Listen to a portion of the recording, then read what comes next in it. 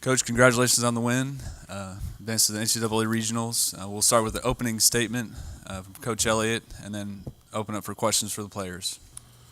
Well, we have so much respect for A&M, and we know that it's going to be a battle, and it was tonight. And Lori and her staff did an amazing job getting back in that match in Game 3 and put the pressure back on us. And I was proud of the way our team responded. You know, before I get into this a little bit more, I just want to make sure I thank everybody that was a part of this in terms of this first and second round. Our administration did a great job, the event staff, and all those people that volunteered with the NCAA. So thank you very much. You know, this is a big win for us. We never, you know, regardless of what seed you are, you don't take things for granted. You don't look past teams, and we've done a great job of that as a program here in the last few years, and made some big plays to make that happen. But we know that it's an honor to be in the round of 16. We've got some work to do with the next opponent, and we're just honored to represent the university and take that next step. Questions for the players? Yes, Capel, can you talk a little about the blocking today? You guys had a season-high blocks.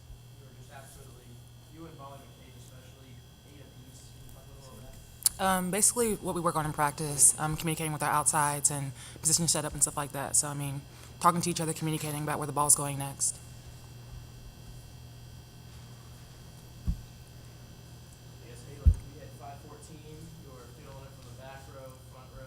Talk a little about what you're seeing today out of the A&M block, being around it. I think our defense was doing most of that, and Sarah was talking to us a lot about what was open and telling us where the defense was, and that was something that we watched on film, kind of how they set up and just kind of played the game.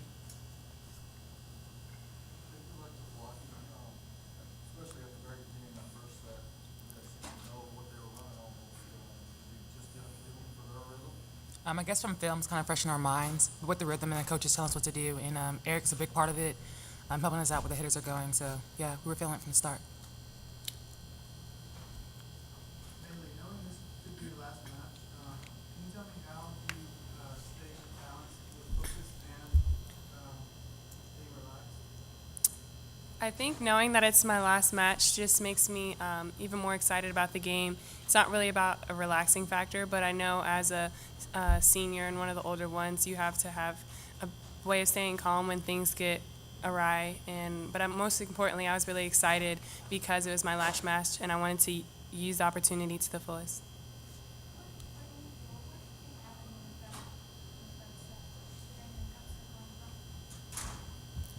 I think they played great, like Jarrett said.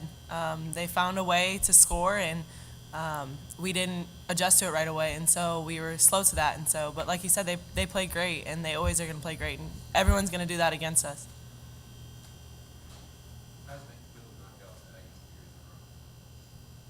It feels really good, especially personally because it's my last match at Gregory. It feels great, and I think that it's just every time we play them, I think we have owe a lot of thanks to our fans for being supportive and just making a great crowd, and also being fired up because, you know, they're traditionally our rivals. So it was fun to play in.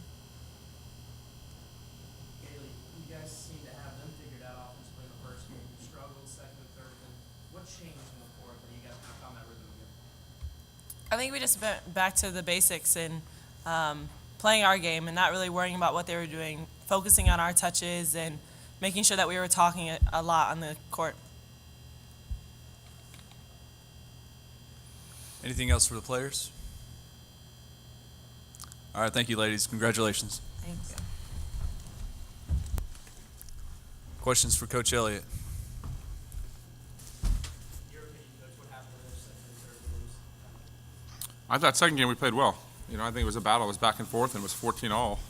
And, you know, both teams were shouting out and hitting at a good clip, and then we went on a big run there to kind of close it out. I mean, I think it was 14-all, and then we went up 23-16, and that's what this team is about. We just got to be able to stay steady and methodical and be able to side out with teams when they're hot and weather those storms and wait for a chance for us to go on some big runs. And we're capable of doing that in so many different areas, whether it's the block or dig to transition or even from the service line. So we just got to be methodical and not panic when those situations apply. You know, game 3, you know, we broke down passing-wise.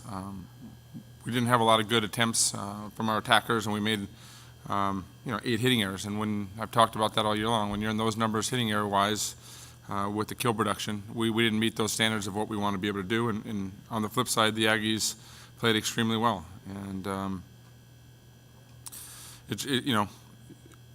it's hard to play this game perfect all the way through, and you got to do a good job weathering the storm. And we've been able to put 2 games together, and we've been struggling with 1 game. But we'll continue to work on it this week. We got a chance to fix that and come back and be attentive. It's not just the third game. I mean, they started off well in the fourth game too. You almost sense the crowd got a little nervous. But how's the team? What did you feel from the team? Well, we've been through this. We played some tough matches. It's one of the benefits of the schedule that we played in the preseason. You've got to be used to getting that pressure put on you, and we got that with Nebraska and Stanford and Penn State and Hawaii and San Diego in our conference. So, we just told them to stay steady and keep siding out, and we'll go on some runs. And it's the hardest thing to convince young players, and this group has bought into that. And I think they just did a good job of just maintaining and going on some point runs. I feel like your serve, you had a lot of service errors, was kind of giving them a little momentum as well. A little bit, but we were scoring points on it. Our service errors were coming usually on like 3 or 4 points, and then we'd miss the serve. So I'm okay with that as long as we're going to run. If we can go 1 for 1, we're doing great. If we're going 2 for 1, we're doing really good. So we just had some unfortunate errors, but Eckerman at the end finally put some serves together for us. I mean, we hadn't got that in the last 2 nights, and she really got them out of system. We got a free ball, and then we got one shanked out of bounds, and that was a big difference turner too, because those are real points. Yesterday, you kept telling your team to calm down and stay calm. How did that affect your team tonight? I liked her demeanor. Last night wasn't about calming down. It was just about staying steady and being good at the responsibilities. And everybody thinks you got to play perfect in the NCAA tournament to win, and I think it's a big. I think it's wrong, and I think you just got to be good enough each night to make that happen. And you're not going to play perfect. And we played. We were pretty darn good in game 1 with 7.5 step blocks and hitting 684, but that wasn't going to continue the rest of the match. I knew that was going to happen, and we were going to come back down to earth a little bit. And so we just stayed steady, and we found ways. And that 4th game could have gone either way, but we just did a good job kind of managing that. Anything else for Coach? Thank you.